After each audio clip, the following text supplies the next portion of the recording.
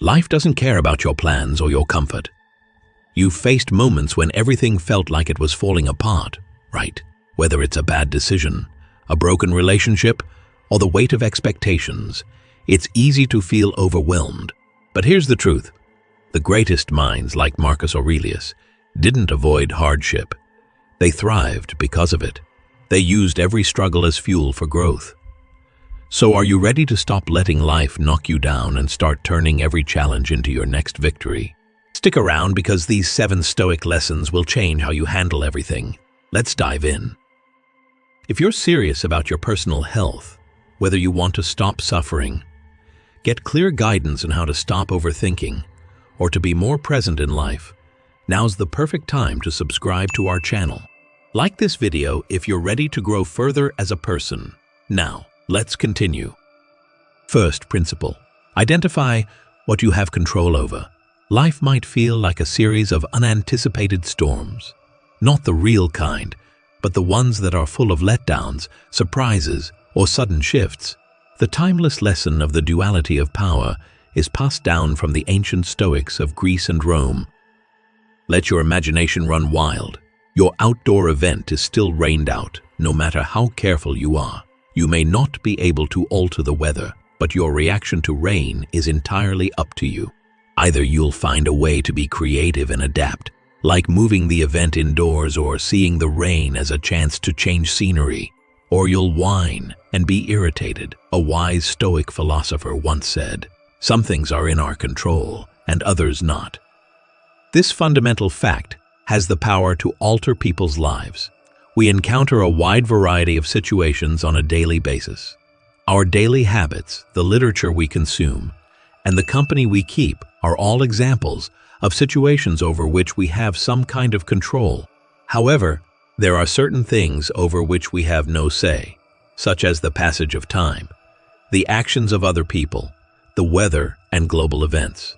The Stoics held that our happiness is determined not by objective facts, but by how we choose to perceive and react to those facts. Rather than the incident itself, it is our interpretation of it that determines our emotional response. Now think back on a time when you had to overcome a challenge, like turning down a job offer you really wanted. Even though it was awful when it happened, it might have been a blessing that brought about better opportunities or helped you grow as a person. Starting with the question, "Is this something I have control over?" is the initial stage in applying this approach. If that isn't feasible, then be open to change and adaptable. By internalizing this mindset, we can reduce needless suffering and calmly confront life's obstacles, knowing that we have control over the sails we use, but not the wind. The paradox of control helps us make sense of our chaotic reality by illuminating our true priorities and showing us how to accept the things we can't change in order to find serenity. In The Power of Now, Eckhart Tolle discusses this idea and teaches that we bring our own misery upon ourselves rather than letting it be caused by outside forces. Tolle writes, "Realize deeply that the present moment is all you ever have, an impassioned call to abandon the racing thoughts that distort our view of reality and put our attention where it belongs, in the here and now." Second lesson is to plan ahead. In today's fast-paced, technology-driven society that prioritizes immediate satisfaction, reflection may appear quaint. Taking a breath to consider something could be a boon in today's fast. Taking a breath to consider something could be a boon in today's fast. Little by little, we mold our lives every day.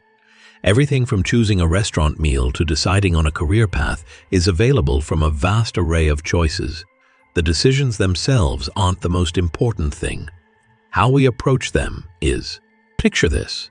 You're reading a message that hits you like a ton of bricks, either a friend's casual comment or a coworker's criticism of your work. Possible initial responses include hostility or defensiveness.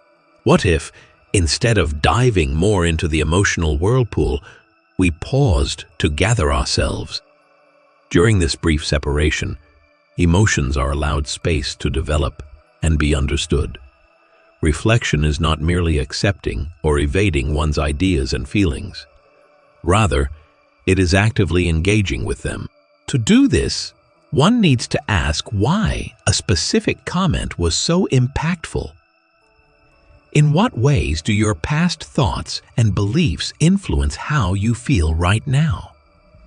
Is the reaction due to the present situation or the burden of the past? Meditation fosters empathy.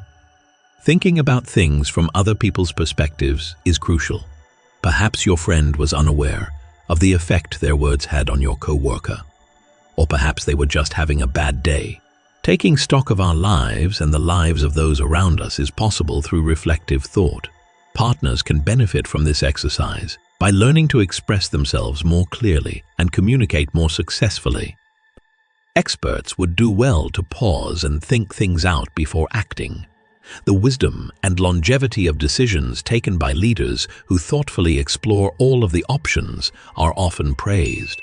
Quiet but powerful defiance, a commitment to happiness and genuine connections, is the act of pausing in a fast-paced society. We prioritize meaningful connections above hasty decisions, and we actively seek out ways to enhance people's lives. In his book, A New Earth, Eckhart Tolle expands on the importance of being in the here and now, highlighting how our emotional reactions can be modulated when we take a moment to notice them instead of reacting hastily.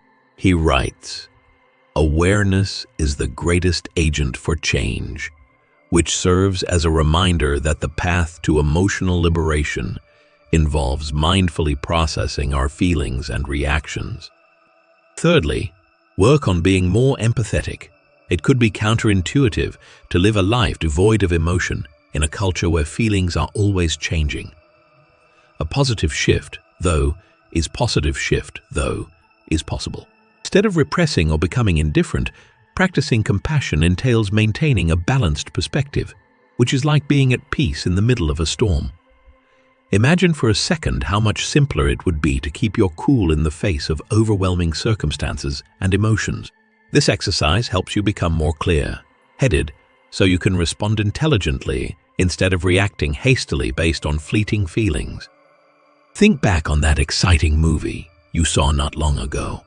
Various emotions, including apprehension, excitement, and sadness, were experienced. No matter how invested you were in the story, you couldn't shake the feeling that it was all just a movie. You didn't rush to help either the heroic protagonist or the character who was crying. You remained seated, taking in everything around you, being emotionally present in the here and now while simultaneously knowing when to take a step back and look at things objectively, unenthralled by the drama, is at the heart of practicing dispassion. This approach becomes crucial in the modern world because to the abundance of information that might be overwhelming. Notifications and news updates come at us like a flood every single day. We would never get back on our feet if we responded emotionally to every piece of news. Being emotionally detached allows one to keep their composure when confronted with challenging situations. Connecting with other individuals requires compassion as well. Every one of us has been on the receiving end of a heated argument or dispute. You can avoid a fight and have a productive talk if you can keep your emotions in check during these times. Possibilities include improving one's listening skills, responding thoughtfully rather than reactively, and gracefully and understandingly resolving conflicts. One must develop self-awareness as a prerequisite to developing dispassion. By regularly checking in with oneself, learning to recognize emotional triggers, and understanding behavioral patterns, one can create distance between input and response.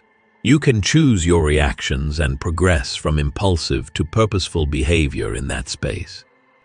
Although it may sound emotionless and uncaring, practicing dispassion really enhances the pleasures of life. Since you won't have to stress over losing or altering anything if you release your attachment to the outcome, you'll have more fun along the way. The core principle of practicing dispassion is sustaining a constant equilibrium in a constantly changing environment. Effortlessly traversing life's diverse landscapes, it guides to inner tranquility like a compass. A person's immediate environment can also benefit from this technique as it promotes a sense of calm and clarity. In The Power of Now, Eckhart Tolle stresses the significance of being detached from the mind's constant chatter and argues that being fully present in the here and now allows us to escape the clutches of our emotional reactions. In his writing, he urges us to find inner peace by acknowledging that emotions are fleeting and by practicing mindfulness. Fourth consideration is the effect after 5 years. Life is always testing our patience, resilience, and ability to maintain a level head. From minor setbacks like spilled coffee to large ones like fights with loved ones, life's everyday experiences cover a wide range of emotions. When we're in the middle of a situation, our emotions might be so strong that they obscure our reasonable thinking. Not remembering an anniversary, a harsh statement, or a deadline might make you feel like everything is coming apart. Wondering, will this matter in 5 years, is a puzzling question, but the answer might alter your perspective and clarify the issue. Like a mental time machine, this one simple question can transport us anywhere, to the past, to the future, or even back to the present moment. A fresh angle suddenly emerges on a squandered opportunity or argument. Things that appear impossible right now will, in the grand scheme of things, disappear. Give yourself permission to dwell on the worries and hardships of the last 5 years. What does their current relevance entail? How many of these have been superseded by new ideas, experiences, and memories? This insight may bring you a mix of liberation and humility. If you ask yourself this question often, you'll be able to sort your concerns into more manageable categories and identify which ones will have the most impact right now. Consider this. Even though you're having a miserable day at work right now, it's only a single day at work right now. It's only a single day in your long career. This perspective of view encourages perseverance. Keeping the big picture in mind might help you cope with stress and get things done when going gets tough. One may plan, adjust, and go on instead of becoming bogged down by current difficulties when they know that time usually brings clarity and solutions. This question encourages focusing on what matters most, going beyond just limiting issues. Invest in meaningful connections, self-development, and experiences if you want your decisions and deeds to have an impact over time. Given how present-focused everything is, how noteworthy will this be in 5 years? Provides guidance toward a life that is rich with purpose, purposeful and restful. Asking oneself this question frequently may assist in gracefully navigating life's highs and lows by directing one's attention to what truly important. Eckhart Tolle stresses in The Power of Now how our minds keep us mired in regrets of the past or anxieties about the future, blocking us from fully appreciating the calm of the here and now. Primary cause of unhappiness is never the situation, but your thoughts about it. This is quite in line with the Stoic principle of concentrating on what really counts, as he puts it in his writing. We can liberate ourselves from the shackles of transient emotions and firmly plant ourselves in the here and now by changing our viewpoint and asking what really matters in the grand scheme of things. With the question, will this be relevant in 5 years? We're moving closer to living in the now, which is something that Eckhart Tolle stresses throughout his teachings. The fifth thing to remember: write down your thoughts on Stoicism, a chronicle of happenings and a tool for introspection, growth, and understanding. Journals have long been prized by people from all walks of life and throughout history. The emphasis on introspection and self-improvement in a Stoic notebook gives it a new angle. More than just a record of events, this notebook is a place to reflect on one's thoughts, feelings, and actions, as well as to have a dialogue with oneself. Taking stock of one's principles and convictions in the context of recent happenings is the next step. Before the day comes to a close, try to see yourself explaining the reactions just as vividly as the events themselves. So why was that particular comment so offensive?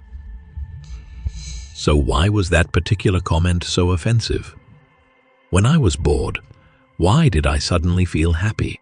The mental processes, mood, altering variables, decision-making principles, and routine.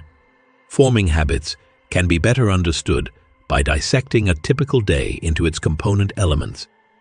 The Stoic philosopher and Roman Emperor Marcus Aurelius maintained a journal called Meditations. He didn't intend to publish it. Rather, he used it as a forum for introspection, a space to consider Stoic principles and draw wisdom from adversity. A man's internal conflicts about his role in the cosmos, his emotions, and his responsibilities are all laid bare here. The benefits of maintaining a Stoic journal are still applicable today. In this information-overloaded, fast-paced world, taking the time for introspection is more crucial than ever. An anchor of stability can be found in the midst of chaos with a daily check-in. Through regular practice, profound insights can be achieved.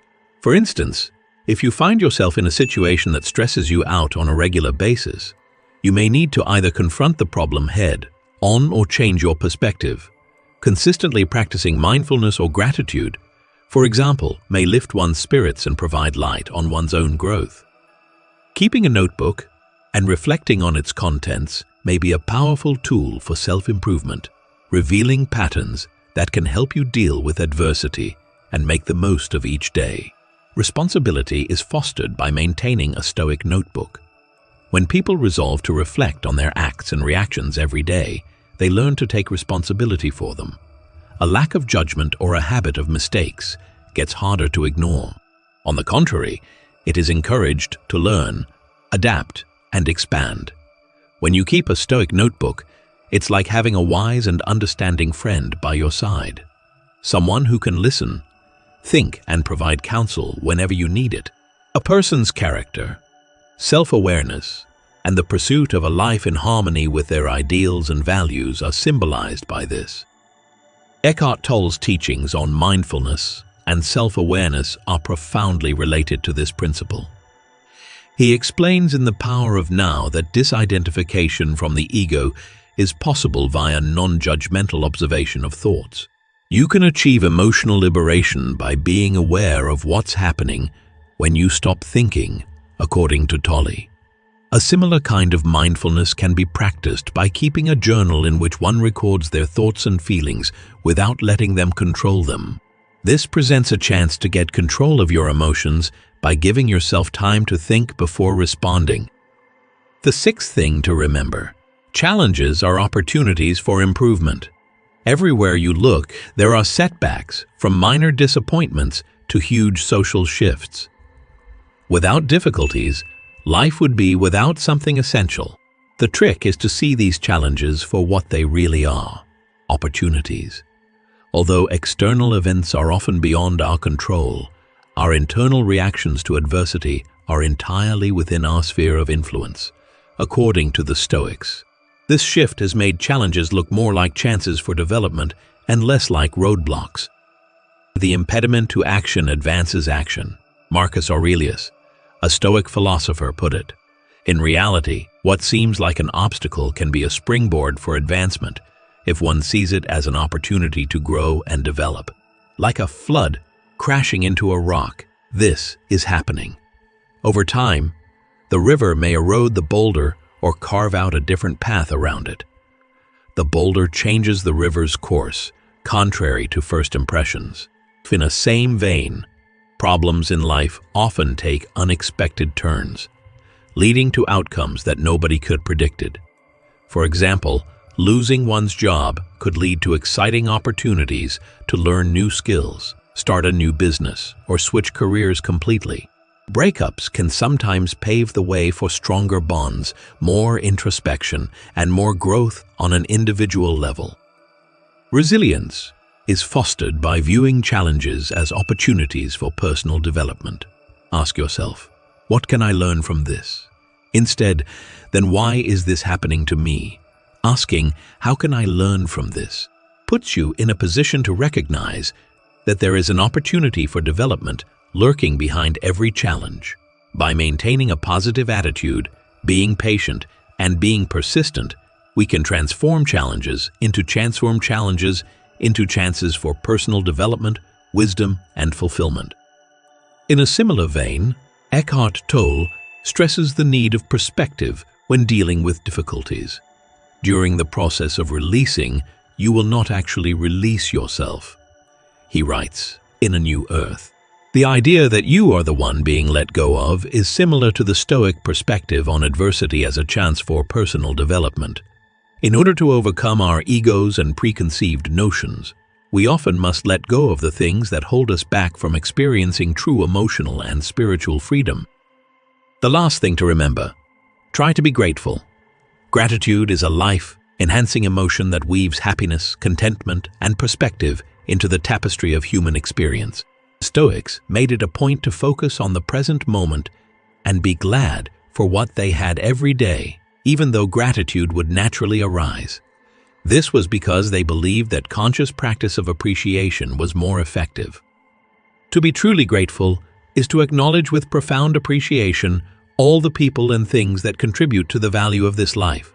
It comprises appreciating each moment due to the transience of life, finding value in the mundane, and overcoming hardship. Seneca, the renowned Stoic philosopher, said, "True happiness is to enjoy the present without anxious dependence upon the future." This quotation perfectly encapsulates the essence of gratitude. Savoring every moment, face-to-face interaction and contact, the sun's warmth on a cold day, laughter, a shared meal, or even just breathing are the little things that make life worth living. When we pause to appreciate these moments, they become even more lovely and significant. Gratitude also encourages you to stop thinking negatively, which is a great way to deal with shortages, unmet goals, and future uncertainty. Living in the present moment has several health benefits, including increased happiness, decreased jealousy and anger, and better overall health. You may find that you have more time to appreciate the present moment and less stress if you write down 3 things you are grateful for either first thing in the morning or before you go to sleep at night. You can start to change your mindset to be more optimistic and accepting of life's difficulties by doing this. Being grateful illuminates the road of virtue and makes it easier to press on in life. Eckhart Tolle connects this technique to living in the now. Gratitude helps shift the mind from lack and longing toward fullness and contentment. Acknowledging the wonderful that you already have in your life is the foundation for all abundance. Similar to Tolle's call for living in the now, the Stoic view of thankfulness highlights this as a means to liberation and tranquility of spirit. Let's keep growing together on this path of self-discovery. Subscribe to our channel for daily inspiration and grow as a person. Comment the word "now" and like the video to show your support. Also, consider sharing this video with someone who could use some encouragement to slow down and enjoy life more fully.